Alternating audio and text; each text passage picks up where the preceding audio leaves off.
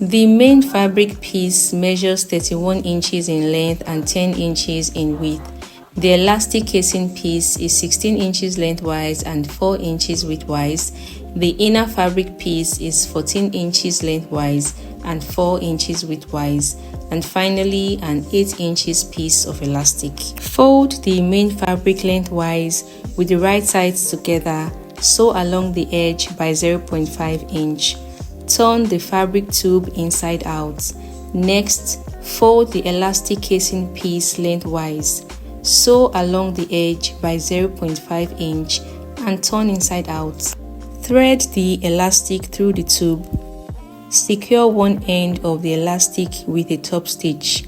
Pull it through to the other side and secure the other end with a top stitch as well. For the inner piece, fold it lengthwise and sew with a 0.5 inch seam allowance. Turn inside out.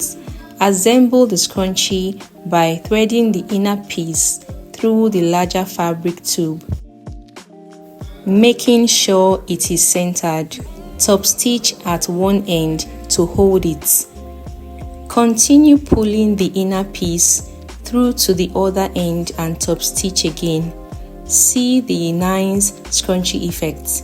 Next, attach the elastic casing to the main fabric.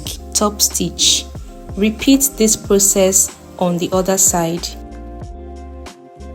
Finally, to finish, overlap the excess fabric from the main scrunchie to cover the seams neatly. Sew it down securely and turn the scrunchie inside out.